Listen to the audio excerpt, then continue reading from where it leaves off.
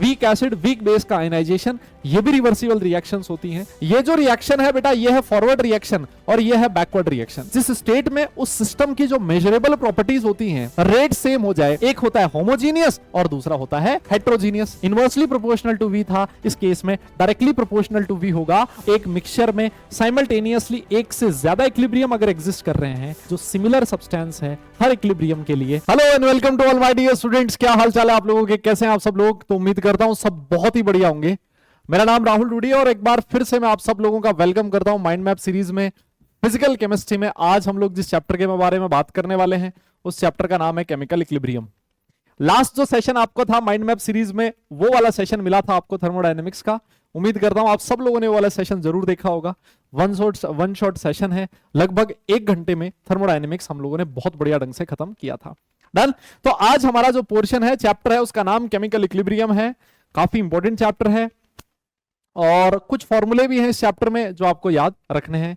कोशिश करेंगे इस चैप्टर को भी less than 1 hour mind map का जो अपना मोटिव है, जो यूएसपी है इस सीरीज की, उस चीज को ठीक करा जाए। ऑलराइट, सेशन स्टार्ट करने से पहले एक बार फिर से मैं आप लोगों को बता दूं, जिन बच्चों ने ये वाला चैप्टर पहले नहीं पढ़ा है, जिनको नहीं पता केमिकल इक्विलिब्रियम क्या होता है, कैसे कैलकुलेट किया जाता है इक्विलिब्रियम कांस्टेंट का वैल्यू, केपी केसी क्या होता है, ये वाला सेशन उन बच्चों के लिए नहीं है। ये सेशन सिर्फ और सिर्फ उन बच्चों के लिए है जिन्होंने चैप्टर पढ़ लिया और वो चैप्टर को रिवाइज करना चाहते हैं, चैप्टर का सीक्वेंस समझना चाहते हैं, फ्लो समझना चाहते हैं, क्या कहता है चैप्टर, कौन कौन सी चीजें इसमें आती हैं, कौन कौन से फॉर्मूले हैं जो आपको याद होने चाहिए। तो ऐसे बच्चे इस वाले सेशन को जरूर देख सकते हैं। चलिए फिर स्टार्ट किया जाए आज का सेशन। कौन कौन से टॉपिक्स हैं जो हमें देखने हैं, आपके सामने इस चैप्टर के जितने भी टॉपिक्स हैं उनके नाम लिखे हैं। हालांकि हमें तो पूरा चैप्टर ही कवर करना है। यस, तो सबसे पहले मैं बात करूंगा टाइप्स ऑफ केमिकल रिएक्शंस की। कोई भी रिएक्शन कंप्लीट होगी या फिर नहीं होगी, इसके बेसिस पे मैं केमिकल रिएक्शंस को 2 पार्ट में क्लासिफाई कर सकता हूं। एक होती है रिवर्सिबल रिएक्शन। देखो, इस तरह की जो रिएक्शंस होती हैं उनको रिवर्सिबल बोला जाता है। रिएक्टेंट प्रोडक्ट में कन्वर्ट हो रहा है, प्रोडक्ट वापस रिएक्टेंट में कन्वर्ट हो रहा है। रिएक्टेंट का प्रोडक्ट में कन्वर्ट होना फॉरवर्ड रिएक्शन है और प्रोडक्ट का वापस रिएक्टेंट में कन्वर्ट होना बैकवर्ड रिएक्शन है। तो ऐसे रिएक्शंस जो फॉरवर्ड और बैकवर्ड दोनों डायरेक्शन में होती है उनको हम लोग रिवर्सिबल रिएक्शन कहते हैं। इनको बाइडायरेक्शनल रिएक्शंस भी बोला जाता है। और इसमें रिएक्टेंट की कंसंट्रेशन कभी भी 0 नहीं होती, क्योंकि रिएक्टेंट प्रोडक्ट में कन्वर्ट हो रहा है, प्रोडक्ट वापस रिएक्टेंट में कन्वर्ट हो जाता है। ऐसे रिएक्शंस को खत्म होने में इनफाइनाइट टाइम लगता है या फिर ये रिएक्शंस कभी खत्म नहीं होती। और इक्विलिब्रियम जो होता है वो सिर्फ और सिर्फ रिवर्सिबल रिएक्शंस के लिए ही डिफाइन होता है। गैसियस रिएक्शन जो बंद कंटेनर में होती है, क्लोज कंटेनर में होती है, वो रिवर्सिबल रिएक्शंस हो सकती है। वीक एसिड वीक बेस का आयनाइजेशन, ये भी रिवर्सिबल रिएक्शंस होती हैं। और साथ साथ अगर एक एसिड एक बेस के साथ न्यूट्रलाइज कर रहा है, एसिड और बेस दोनों में से मिनिमम एक अगर वीक है तो वो न्यूट्रलाइजेशन रिएक्शन भी किसका एग्जांपल होगा? रिवर्सिबल का एग्जांपल होगा। जस्ट इसका ऑपोजिट होती है इरिवर्सिबल रिएक्शंस। ऐसी रिएक्शंस जो सिर्फ और सिर्फ एक ही डायरेक्शन में प्रोसीड करती हैं। यस, मोनोडायरेक्शनल होती हैं ये वाली रिएक्शंस, यूनिडायरेक्शनल। और एक टाइम के बाद रिएक्टेंट सारा का सारा प्रोडक्ट में कन्वर्ट हो जाता है, रिएक्टेंट की फाइनल कंसंट्रेशन 0 हो जाती है और ये रिएक्शंस एक इनफाइनाइट टाइम में ना खत्म होके एक फिक्स टाइम पीरियड में खत्म हो जाती है। इक्विलिब्रियम जो होता है इन रिएक्शंस के लिए डिफाइन नहीं होता। अब बात ये आती है कि सर ये इक्विलिब्रियम होता क्या है? जैसे अभी हम लोगों ने एक रिवर्सिबल रिएक्शन की बात करी ए से बी। यस, ये जो रिएक्शन है बेटा, ये है फॉरवर्ड रिएक्शन और ये है बैकवर्ड रिएक्शन।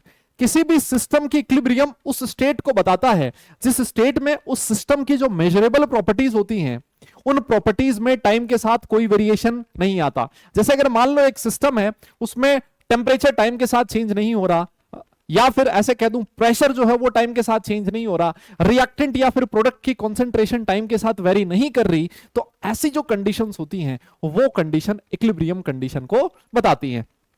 यस, अब बात ये आती है कि चलो ठीक है सर, इक्विलिब्रियम का मतलब हमें समझ में आ गया कि जो आपका सिस्टम है उसकी प्रॉपर्टीज में टाइम के साथ कोई वेरिएशन नहीं आना चाहिए। अब आप एक बात बताओ, इक्विलिब्रियम की कंडीशन क्या है? किसी भी सिस्टम में कब इक्विलिब्रियम स्टैब्लिश होगा?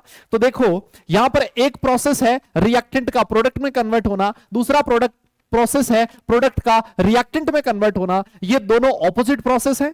अगर इन दोनों प्रोसेस का रेट सेम हो जाए, अगर इन दोनों ऑपोजिट प्रोसेस का रेट सेम हो जाए, तो आप लोग बोलोगे कि सर ये जो कंडीशन है ये है आपका इक्विलिब्रियम कंडीशन। यस, तो मैं से लिख सकता हूं फॉरवर्ड रिएक्शन का rate of forward reaction is equal to rate of forward reaction is equal to rate of backward reaction. अगर हो जाएगा, रेट ऑफ बैकवर्ड रिएक्शन अगर हो जाएगा तो उसको बोला जाएगा इक्विलिब्रियम कंडीशन, है ना। बहुत इंपॉर्टेंट चीज है जो आपको ध्यान में रखनी होती है। यस, अच्छा एक चीज और देखो, मान लो आपका ये जो प्रोसेस है, इन प्रोसेस में फिजिकल चेंज हो रहा है। जैसे मान लो H2O सॉलिड H2O लिक्विड के साथ इक्विलिब्रियम में है, तो ये जो दोनों ऑपोजिट प्रोसेस हैं, इन दोनों में फिजिकल चेंज हो रहा है, तो ये वाला जो इक्विलिब्रियम होगा इसको फिजिकल इक्विलिब्रियम बोला जाएगा। और अगर मान लो इन दोनों ऑपोजिट प्रोसेस में कोई केमिकल चेंज हो रहा होगा, तो आप लोग बोलोगे सर ये जो इक्विलिब्रियम है ये किसका एग्जाम्पल है? केमिकल इक्विलिब्रियम का एग्जाम्पल है। मेरी बात समझ में आई? यस, तो देखो फिजिकल इक्विलिब्रियम में कौन कौन से एग्जाम्पल्स आ सकते हैं? फिजिकल इक्विलिब्रियम में समझो, पहला एग्जांपल आ सकता है, लेट से H2O सॉलिड जो है वो H2O लिक्विड के साथ इक्विलिब्रियम में है। Yes, solid state liquid state के साथ इक्विलिब्रियम में है।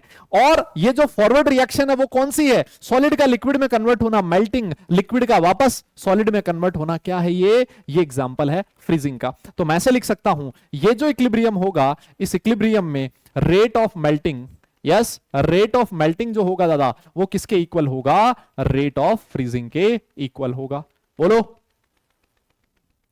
और ये जो इक्विलिब्रियम होगा ये एक पर्टिकुलर टेम्परेचर पे स्टैब्लिश होगा, उस टेम्परेचर को आप लोग मेल्टिंग पॉइंट बोलते हो उस सब्सटेंस का। इस केस में 0 डिग्री सेल्सियस पे इक्विलिब्रियम आपको देखने को मिलेगा। वैसे ही दूसरा इक्विलिब्रियम ये भी हो सकता है कि जो H2O लिक्विड है वो H2O गैस के साथ इक्विलिब्रियम में हो।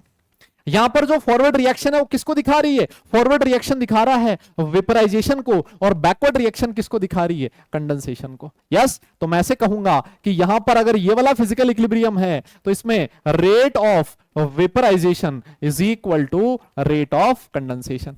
बोलिए, क्या मेरी बात आपको समझ में आ रही है? और ये जो इक्विलिब्रियम होगा ये भी एक पर्टिकुलर टेम्परेचर पे होगा, उस टेम्परेचर को आप लोग बोलते हो बॉइलिंग पॉइंट। तीसरा इक्विलिब्रियम हो सकता है जिसमें सॉलिड फेज डायरेक्ट किसके साथ इक्विलिब्रियम में हो? गैसियस फेज के साथ।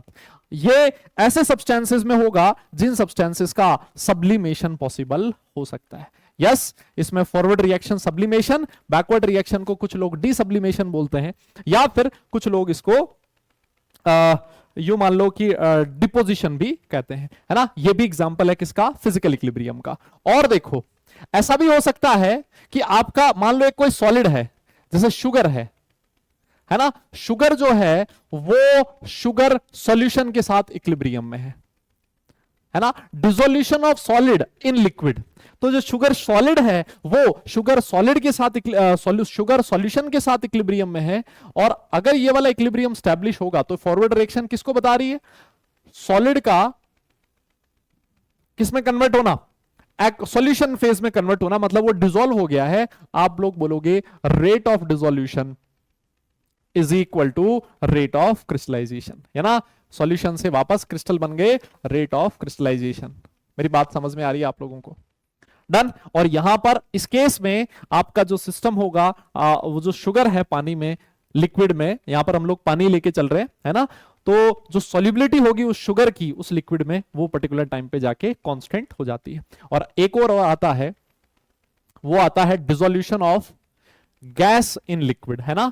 गैस का लिक्विड में डिसोल्यूशन होना। जैसे अगर मैं बात करूं ना CO2 गैस होती है, आपने इसको लिक्विड में डिसॉल्व कर दिया, है ना। तो जो CO2 गैस होगी, जो CO2 इन लिक्विड है, जो CO2 सॉल्यूशन में है, उसके साथ क्या होगी? इक्विलिब्रियम में होगी। और इसका सबसे बढ़िया एग्जांपल आता है आपका सोडा की बोतल, है ना। सोडा वाटर जो होता है उसमें आप देखोगे CO2 गैस बोतल के ऊपर भी होती है, लिक्विड के ऊपर CO2 गैस होती है, और अंदर डिसॉल्व भी CO2 गैस ही हुई रहती है। तो जो CO2 गैस होगा वो CO2 जो सॉल्यूशन में प्रेजेंट है उसके साथ इक्विलिब्रियम में होगा। और यहीं पर आता आपका हेनरीज लॉ। कौन सा law? Henry's law. Henry's law कहता है कि जो गैस जो लिक्विड में डिसॉल्व है उसका मास डायरेक्टली प्रोपोर्शनल होगा किसके? प्रेशर के, है ना। जितना ज्यादा गैस पे आप प्रेशर अप्लाई करोगे उस गैस का उतना ही ज्यादा मास उस लिक्विड में डिसॉल्व होगा। और अगर आप प्रोपोर्शनलिटी का साइन हटाओगे, एक कांस्टेंट यूज करोगे जिसको हेनरीज कांस्टेंट कहते हो, है ना। तो इसके बारे में और ज्यादा डिटेल में हम लोग सॉल्यूशन चैप्टर में पढ़ लेते हैं। चलो जी, अब इसके बाद हम लोग बात करेंगे केमिकल इक्विलिब्रियम की। फिजिकल इक्विलिब्रियम की बात हो गई। केमिकल में सबसे पहले आपको समझना है लॉ ऑफ मास एक्शन क्या होता है। जैसे मान लो एक रिएक्शन है, A plus B gives product. Law of mass action ये कहता है कि इस रिएक्शन का जो रेट होगा, रेट ऑफ रिएक्शन होगा, it is directly proportional to concentration of A, इसकी पावर, इसका स्टोइचियोमेट्रिक कोएफिशिएंट, और बी इसकी पावर स्टोइचियोमेट्रिक कोएफिशिएंट, है ना। इसको एक्टिव मास बोला जाता है, और एक्टिव मास और कुछ नहीं होता, मोलर कंसंट्रेशन, मोल पर लीटर को ही एक्टिव मास कहा जाता है। अब अगर मैंने प्रोपोर्शनलिटी का साइन हटाया, एक कांस्टेंट यूज करूंगा, और ये जो कांस्टेंट है उसको रेट कांस्टेंट कहा जाएगा। अगर मान लो आपका रिएक्टेंट और प्रोडक्ट का स्टोइचियोमेट्रिक कोएफिशिएंट भी हो, उस केस में क्या होगा, उस केस में जो इस रिएक्शन का रेट होगा, it is directly proportional to active mass of A, इसकी पावर उसका stoichiometric coefficient, active mass of B, इसका पावर इसका स्टोइचियोमेट्रिक कोएफिशिएंट। और प्रोपोर्शनलिटी का साइन हटाइए, एक कांस्टेंट यूज कीजिए, and this particular constant is known as rate constant. Clear? बहुत बढ़िया। अब यहीं पर देखो, मान लेते हैं यही वाली रिएक्शन की हम लोग बात कर लेते हैं। A plus B B gives C plus D D. समझ गए आप मेरी बात को? ये है बेटा फॉरवर्ड रिएक्शन, ये है बैकवर्ड रिएक्शन। और अगर इस रिएक्शन में इक्विलिब्रियम स्टैब्लिश हो रहा है, यस देखो होगा क्या, हमने कहा रेट ऑफ फॉरवर्ड रिएक्शन जो होगा, रेट ऑफ फॉरवर्ड रिएक्शन वो टाइम के साथ डिक्रीज करेगा। क्यों? क्योंकि भैया फॉरवर्ड रिएक्शन के जो रिएक्टेंट है ए और बी, इनकी कंसंट्रेशन टाइम के साथ डिक्रीज कर रही है ना। तो आप ऐसे कह सकते हो कि with time rate of forward reaction decrease करेगा, और सी और डी की कंसंट्रेशन टाइम के साथ बढ़ रही है, तो जो बैकवर्ड रिएक्शन का रेट होगा, वो बैकवर्ड रिएक्शन का रेट टाइम के साथ इंक्रीज करेगा। लेकिन एक दिन ऐसा आएगा, एक दिन ऐसा आएगा जब rate of forward reaction equal हो जाएगा किसके, रेट ऑफ बैकवर्ड रिएक्शन, और उसी को बोला जाता है आपका इक्विलिब्रियम कंडीशन। डन। इक्विलिब्रियम पे होगा क्या, फॉरवर्ड और बैकवर्ड रिएक्शन का रेट सेम हो जाएगा, और रेट सेम होने की वजह से रिएक्टेंट और प्रोडक्ट की जो कंसंट्रेशन होगी वो कांस्टेंट हो जाएगी। यस, क्या होगा, इक्विलिब्रियम पे कांस्टेंट हो जाएगी क्या, concentration of reactants and products.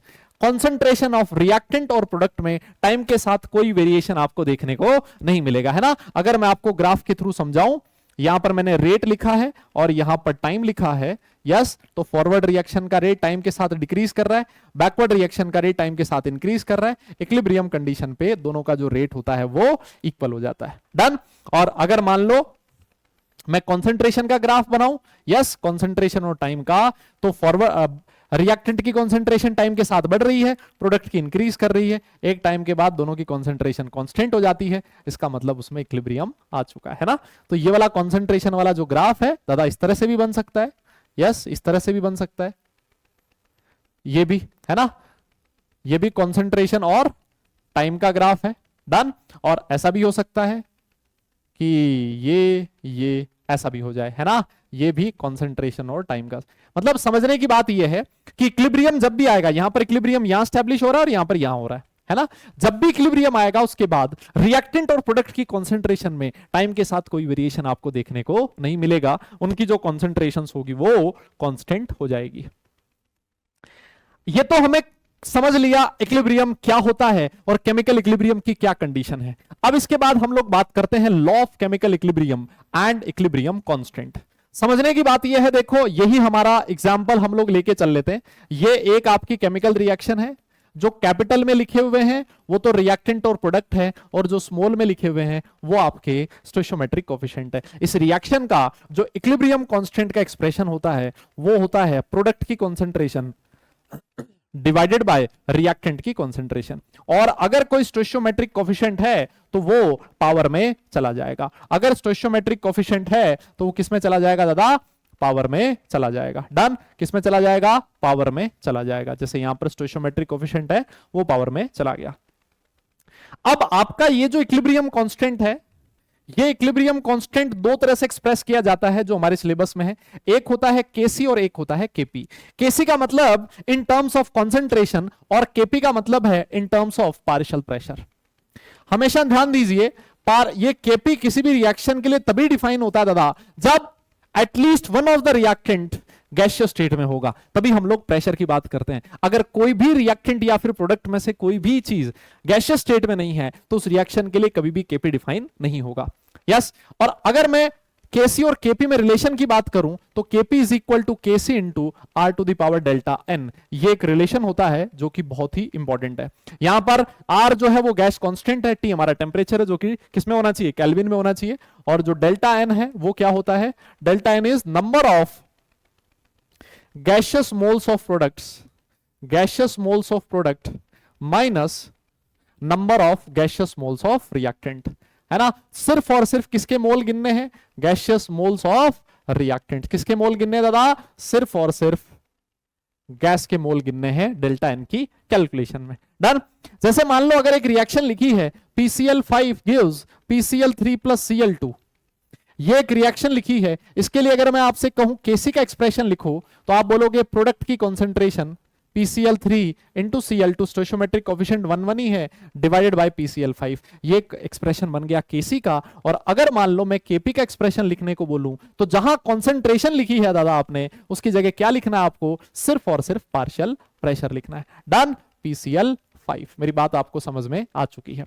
So this is the relation between KP and KC. आगे चलते हैं। अब ये जो इक्विलिब्रियम होता है ये दो तरह का होता है, एक होता है होमोजीनियस और दूसरा होता है हेट्रोजीनियस।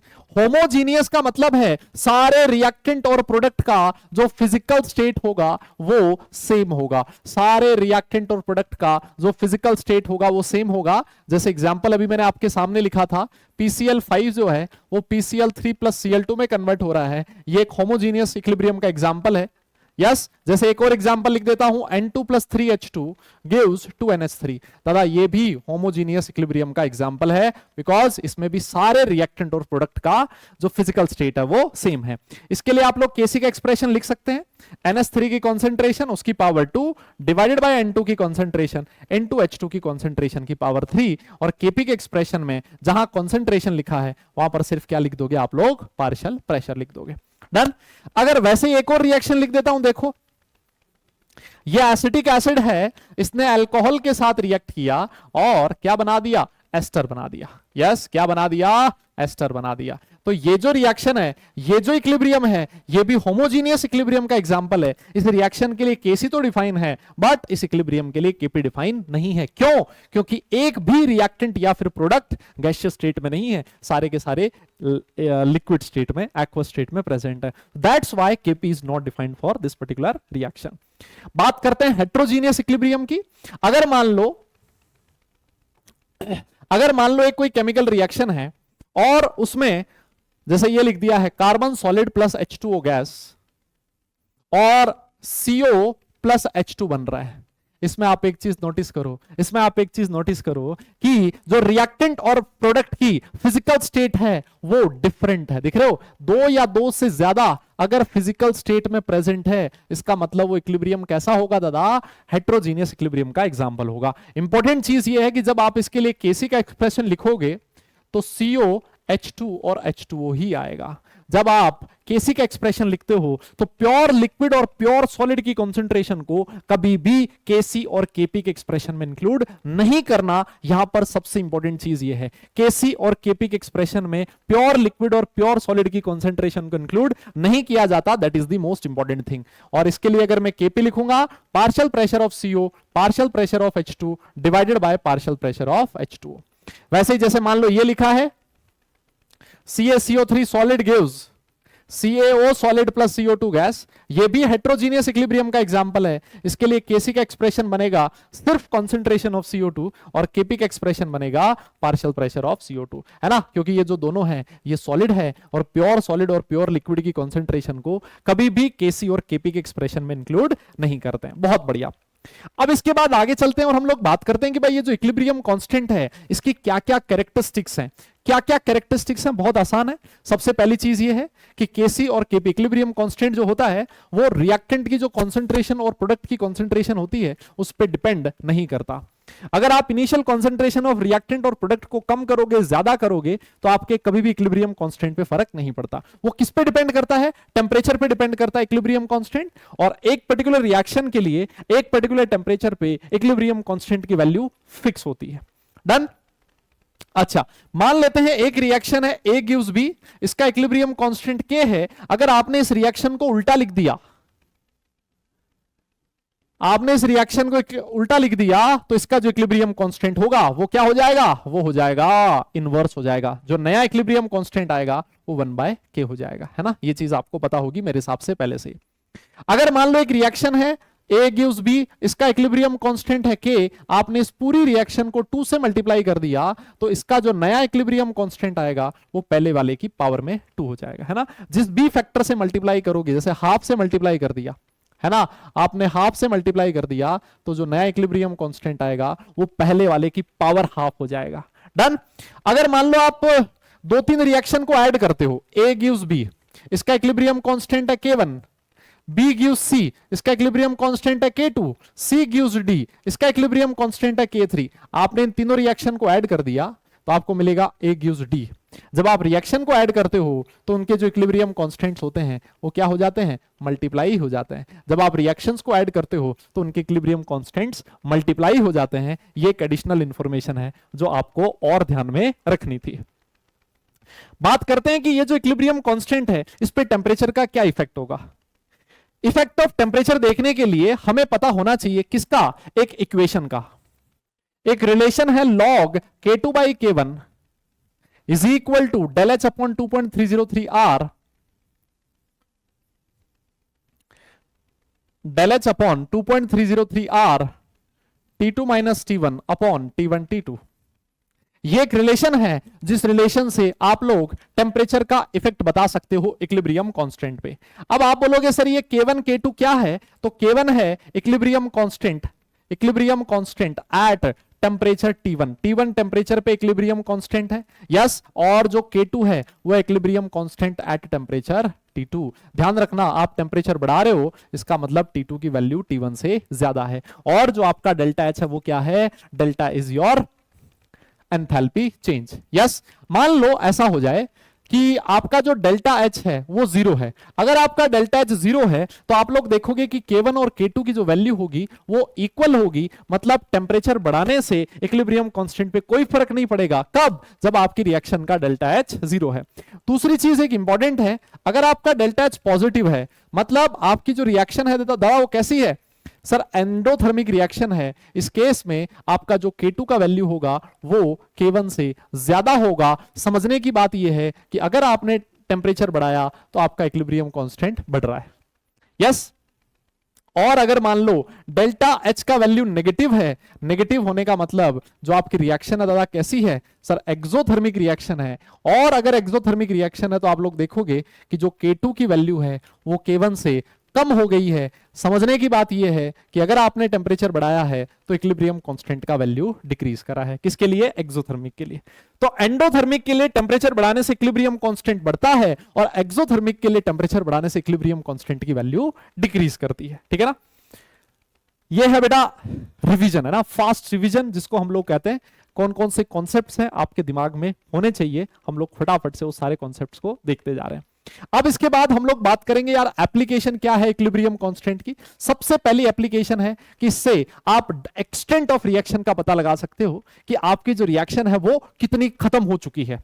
सर कैसे पता लगा सकते हैं, इसके लिए आप एक चीज देखो, हम लोगों ने पढ़ा है कि इक्विलिब्रियम कांस्टेंट क्या होता है सर, प्रोडक्ट की कॉन्सेंट्रेशन डिवाइडेड बाय रिएक्टेंट की कॉन्सेंट्रेशन। यही होता है आपका इक्विलिब्रियम कांस्टेंट का एक्सप्रेशन। अब सोच के देखो आपका इक्विलिब्रियम कांस्टेंट का वैल्यू बहुत हाई है। कितना हाई, 10⁻³ से हाई है। अगर बहुत ज्यादा है इसका मतलब आपका प्रोडक्ट का कॉन्सेंट्रेशन रिएक्टेंट से बहुत ज्यादा है, मतलब जो रिएक्शन है लगभग खत्म हो चुकी है, लगभग सारा का सारा रिएक्टेंट प्रोडक्ट में खत्म हो चुका है, तब जाके उस रिएक्शन में इक्विलिब्रियम आया है ना। और अगर मान लो इक्विलिब्रियम कांस्टेंट की वैल्यू बहुत कम है, कितनी कम, 10⁻³ से भी कम है, तो इसका मतलब ये है प्रोडक्ट कम है और रिएक्टेंट बहुत ही ज्यादा है। इक्विलिब्रियम पे रिएक्टेंट की कॉन्सेंट्रेशन बहुत ज्यादा है, इसका मतलब सर अभी थोड़ा सा ही रिएक्टेंट प्रोडक्ट में कन्वर्ट हुआ था कि उस सिस्टम में इक्विलिब्रियम आ चुका है। और अगर मान लो इन दोनों के बीच की है, इसका मतलब अप्रिशिएबल कॉन्सेंट्रेशन है रिएक्टेंट और प्रोडक्ट की। ना तो रिएक्शन बहुत ज्यादा कंप्लीट हुई है और ना ही बहुत कम कंप्लीट हुई है, ठीक ठाक रिएक्शन आपकी कंप्लीट हो चुकी है, तब जाकर उस रिएक्शन में इक्विलिब्रियम आया है। बहुत बढ़िया। इससे आप लोग direction of a chemical reaction भी पता लगा सकते हो। डायरेक्शन का कैसे पता लगेगा, देखो जैसे ये वाली एक केमिकल रिएक्शन है, इस रिएक्शन के लिए एक मैंने एक्सप्रेशन लिखा है C की पावर C, D की पावर D, A की पावर A और B की पावर B। इसको मैंने लिख दिया Q। सर ये तो इक्विलिब्रियम कांस्टेंट के एक्सप्रेशन जैसा है, बिल्कुल है, लेकिन डिफरेंस ये है, इस Q को क्या बोला जाता है? दिस इज रिएक्शन कोशेंट, है ना, दिस इज रिएक्शन कोशेंट। और अगर आप यहां कॉन्सेंट्रेशन लिखोगे तो इसको कॉन्सेंट्रेशन कोशेंट भी कह सकते हो। क्या लिख सकते हो? कॉन्सेंट्रेशन कोशेंट भी लिख सकते हो। सर दोनों में फर्क क्या है? फिर फर्क बेटा सिर्फ इतना सा है कि ये एक्सप्रेशन अगर आपने इक्विलिब्रियम पे लिखा है तो इसको आप लिखोगे केसी और केसी या फिर केपी, और अगर मान लो ये वाला एक्सप्रेशन आपने इक्विलिब्रियम कंडीशन के अलावा किसी और कंडीशन में लिखा है, क्योंकि अब इक्विलिब्रियम नहीं है तो आप इस एक्सप्रेशन को के इक्विलिब्रियम के इक्वल नहीं लिख सकते, इसको आप लोग क्या बोलोगे? रिएक्शन कोशेंट की रिएक्शन कोशेंट बोलोगे, ठीक है ना। तो अब देखो तीन केसेस हो सकते हैं। पहला केस है रिएक्शन कोशेंट का जो वैल्यू है वो इक्विलिब्रियम कांस्टेंट के इक्वल हो जाए। ऐसा तभी होगा जब इक्विलिब्रियम होगा, है ना तो रिएक्शन फॉरवर्ड में जाएगी और ना ही बैकवर्ड में जाएगी। लेकिन अगर मान लो आपका Q का वैल्यू ज्यादा है इक्विलिब्रियम कांस्टेंट से, Q ज्यादा है, इसका मतलब आपकी जो केमिकल रिएक्शन है वो बैकवर्ड डायरेक्शन में प्रोसीड करेगी। अगर मान लो आपका Q छोटा है इक्विलिब्रियम कांस्टेंट से, तो आपका जो रिएक्शन होगा दादा वो फॉरवर्ड डायरेक्शन में प्रोसीड करेगा। बहुत इंपॉर्टेंट चीज है, आप इसको ऐसे भी याद रख सकते हो। मान लो यहां पर है इक्विलिब्रियम कांस्टेंट, रिएक्शन हमेशा इक्विलिब्रियम की तरफ जाना चाहती है, यस। अगर मान लो यहां पर आपका Q है तो वो K की तरफ जाएगा फॉरवर्ड डायरेक्शन में। ऐसा कब? जब Q का वैल्यू कम है। अगर मान लो Q का वैल्यू ज्यादा है तो रिएक्शन जाएगी बैकवर्ड डायरेक्शन में, यस, ये वाला केस।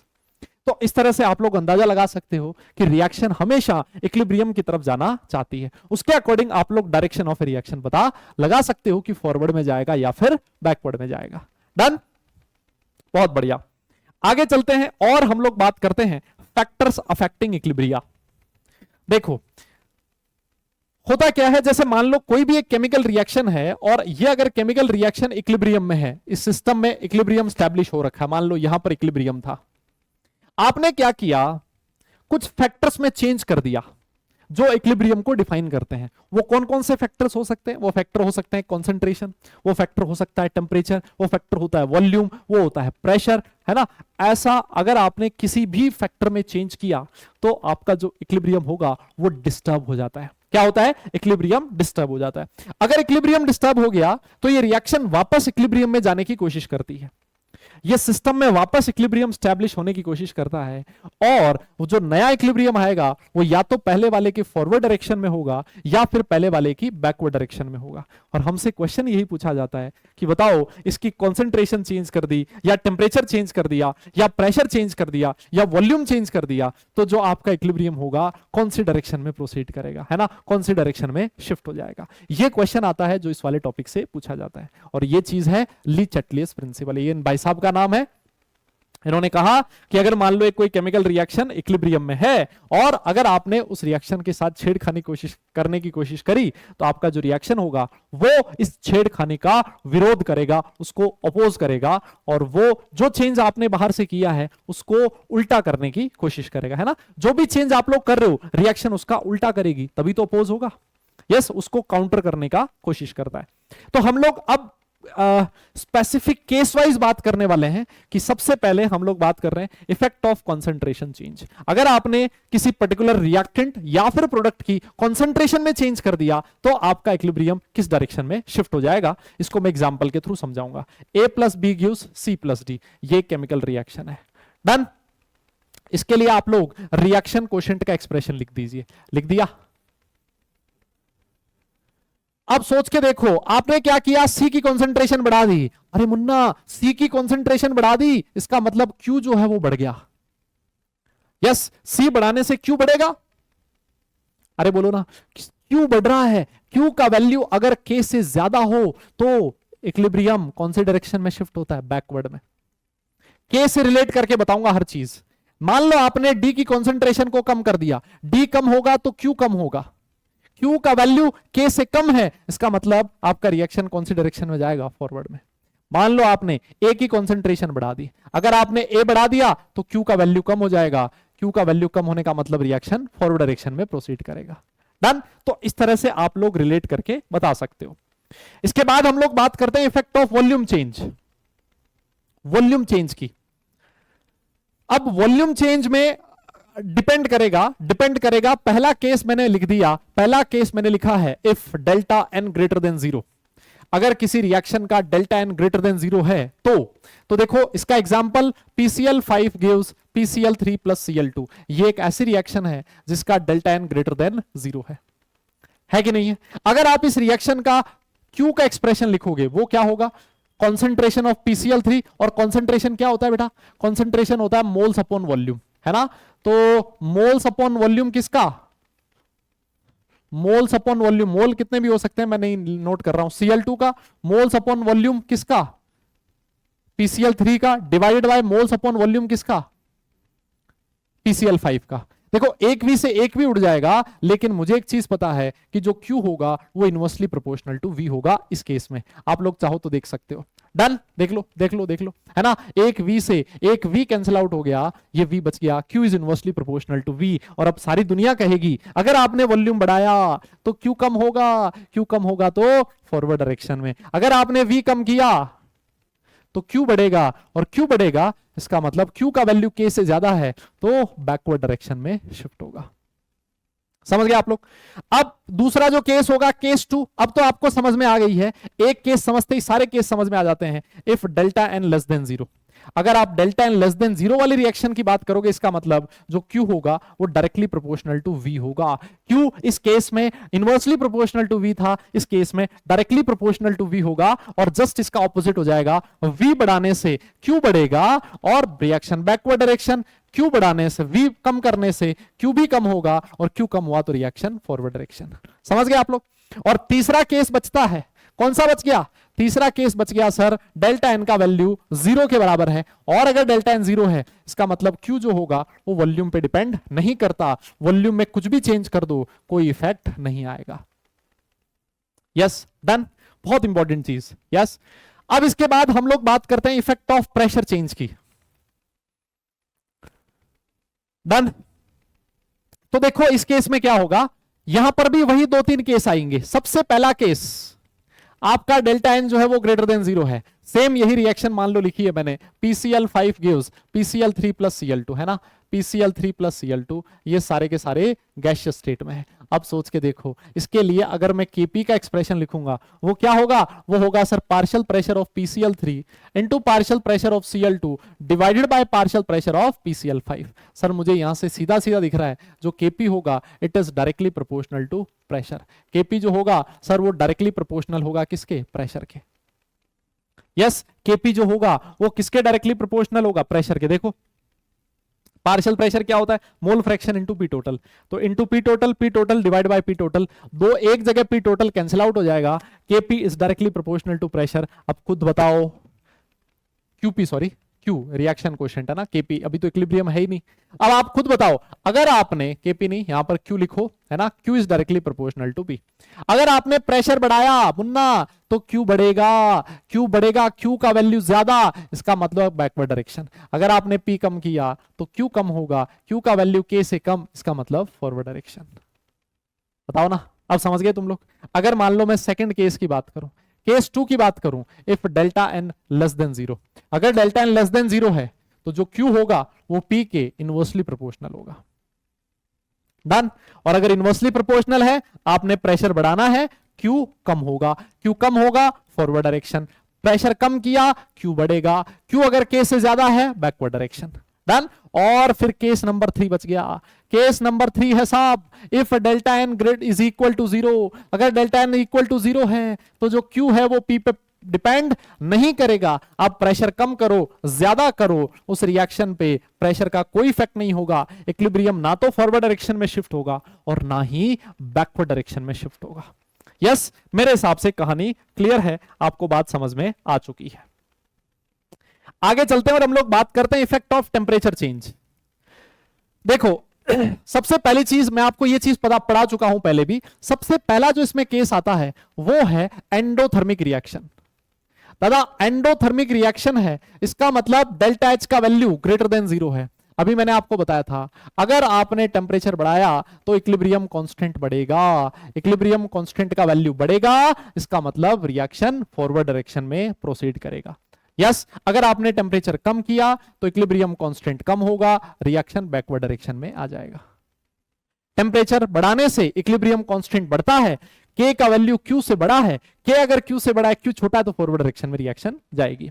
और वहीं पर अगर मान लो केस 2 की मैं बात करूं, आपकी जो रिएक्शन है वो कैसी है, एक्सोथर्मिक रिएक्शन है, एक्सोथर्मिक रिएक्शन है, तो उस केस में डेल्टा एच का वैल्यू लेस देन 0 है, और लेस देन 0 है इसका मतलब अगर आप टेम्परेचर बढ़ाओगे तो इक्विलिब्रियम कांस्टेंट की वैल्यू डिक्रीज करेगी, डिक्रीज करेगी तो बैकवर्ड, टेम्परेचर कम किया इक्विलिब्रियम कांस्टेंट का वैल्यू बढ़ेगा तो फॉरवर्ड। डन, क्लियर है? अच्छा, फिर उसके बाद आता है effect of addition of inert gas. Inert gas का एडिशन पहला है एट कांस्टेंट वॉल्यूम। अगर आपने वॉल्यूम कांस्टेंट रखते हुए इनर्ट गैस ऐड करी है तो उस इनर्ट गैस को ऐड करने का कोई इफेक्ट नहीं होगा, आपका रिएक्शन ना फॉरवर्ड डायरेक्शन में ना ही बैकवर्ड डायरेक्शन में शिफ्ट होगा। लेकिन अगर मान लो आपने कांस्टेंट टेम्परेचर पे कांस्टेंट प्रेशर पे इनर्ट गैस ऐड करी है, अगर आपने कांस्टेंट प्रेशर पे इनर्ट गैस ऐड करी है तो आप लिखोगे equilibrium will shift in the direction of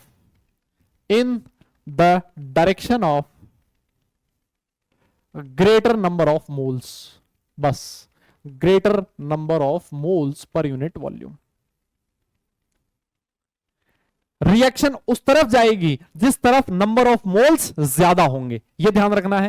at constant pressure अगर आपने इनर्ट गैस ऐड करी है तो रिएक्शन उस डायरेक्शन में प्रोसीड करेगी जिस तरफ number of moles, number of जो मोल्स पर यूनिट वॉल्यूम है वो ज्यादा है। सर इसका एग्जांपल, जैसे मान लो ये रिएक्शन लिखी है PCl5 gives PCl3 plus Cl2, इसमें आप मुझे बताओ किस तरफ मोल्स ज्यादा है, फॉरवर्ड डायरेक्शन में कि बैकवर्ड डायरेक्शन में? सर फॉरवर्ड डायरेक्शन में नंबर ऑफ मोल्स ज्यादा है। इसका मतलब अगर आपने इसमें इनर्ट गैस ऐड करी है कांस्टेंट प्रेशर पे तो आपका इक्विलिब्रियम फॉरवर्ड डायरेक्शन में शिफ्ट होगा। और वहीं पर अगर मान लो रिएक्शन ये लिखी है N2 plus 3H2 gives 2NH3, अगर ये रिएक्शन लिखी है, अगर ये रिएक्शन लिखी है, इस रिएक्शन में देखो किस तरफ मोल्स ज्यादा हैं, सर रिएक्टेंट साइड मोल ज्यादा है, तो ये जो इक्विलिब्रियम होगा ये बैकवर्ड डायरेक्शन में शिफ्ट हो जाएगा। और अगर मान लो दोनों साइड, अगर मान लो दोनों साइड नंबर ऑफ मोल्स बराबर है, इसका मतलब कोई इफेक्ट नहीं होगा, है ना, कोई इफेक्ट नहीं होगा इनर्ट गैस ऐड करने का। मेरे हिसाब से कहानी क्लियर है, बात आपको समझ में आ चुकी है। डन, बहुत बढ़िया। आगे चलते हैं और बात करेंगे vapour density and degree of dissociation, है ना, vapour density and degree of dissociation. Degree of dissociation को अल्फा से दिखाया जाता है। एक बहुत ही आसान से एग्जांपल के थ्रू मैं आपको समझाता हूं। देखिए एक रिएक्शन लिखी है, यहां से आप लोग इक्विलिब्रियम कांस्टेंट का एक्सप्रेशन लिखना भी सीख जाएंगे। ये वाली एक रिएक्शन लिखी हुई है, मान लेते हैं दादा, मान लेते हैं time t is equal to 0 पर इसके जो मोल्स हैं वो a है, ये 0 0 है। जब इक्विलिब्रियम आया तो इसमें से x मोल डिसोसिएट हो गए, ये x बनेगा और ये भी कितना बनेगा, x बनेगा।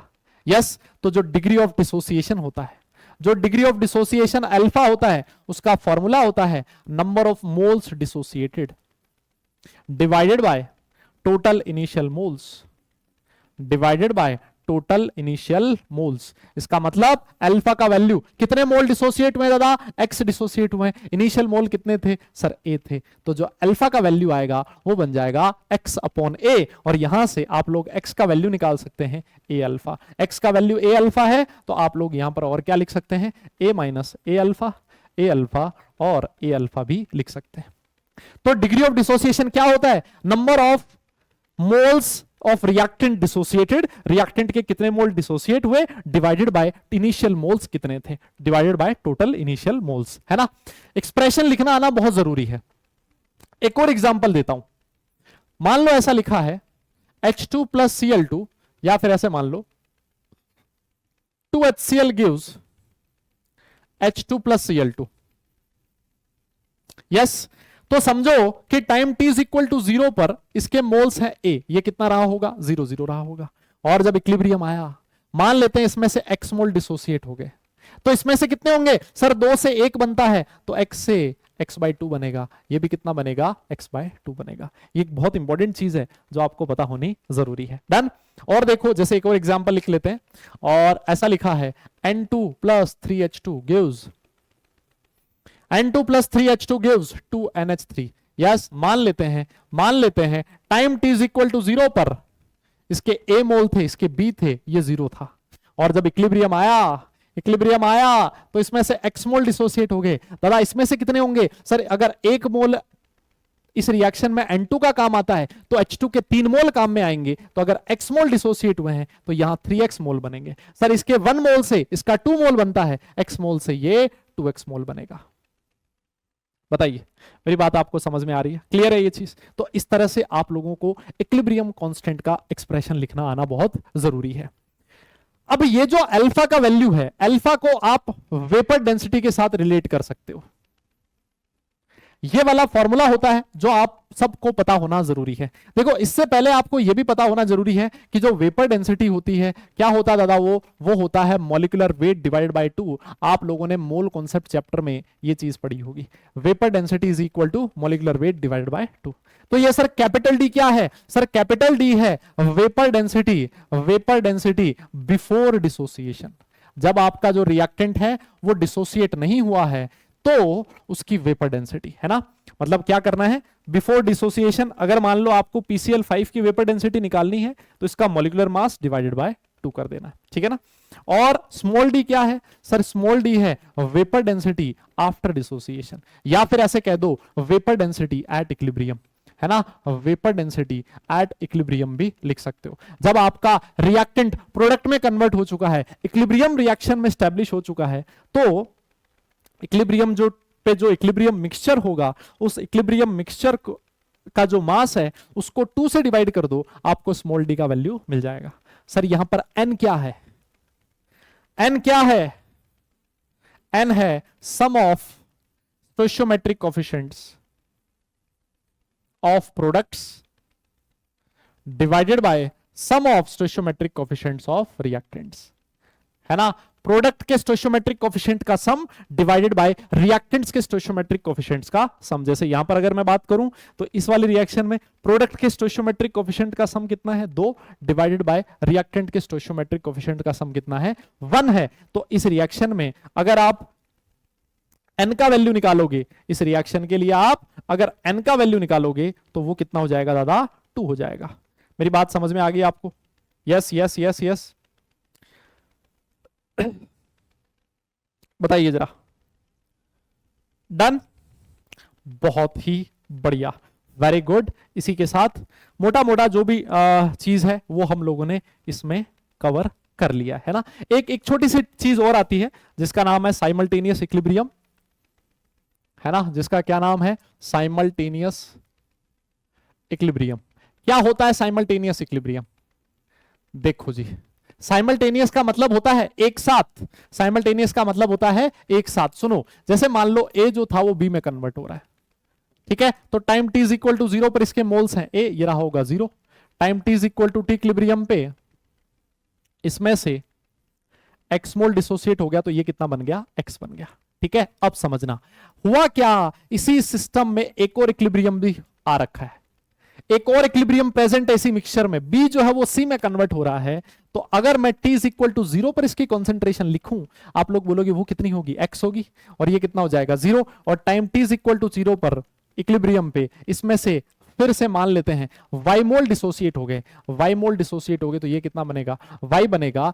तो आपका साइमल्टेनियस इक्विलिब्रियम का कॉन्सेप्ट ये कहता है कि अगर कोई आपका रिएक्टेंट, अगर कोई सब्सटेंस बहुत सारे इक्विलिब्रियम में प्रेजेंट है, एक से ज्यादा इक्विलिब्रियम में प्रेजेंट है, एक मिक्सचर में साइमल्टेनियसली एक से ज्यादा इक्विलिब्रियम अगर एग्जिस्ट कर रहे हैं, तो जो सिमिलर आयन है, जो सिमिलर सब्सटेंस है, उनकी कॉन्सेंट्रेशन हर इक्विलिब्रियम में सेम होगी।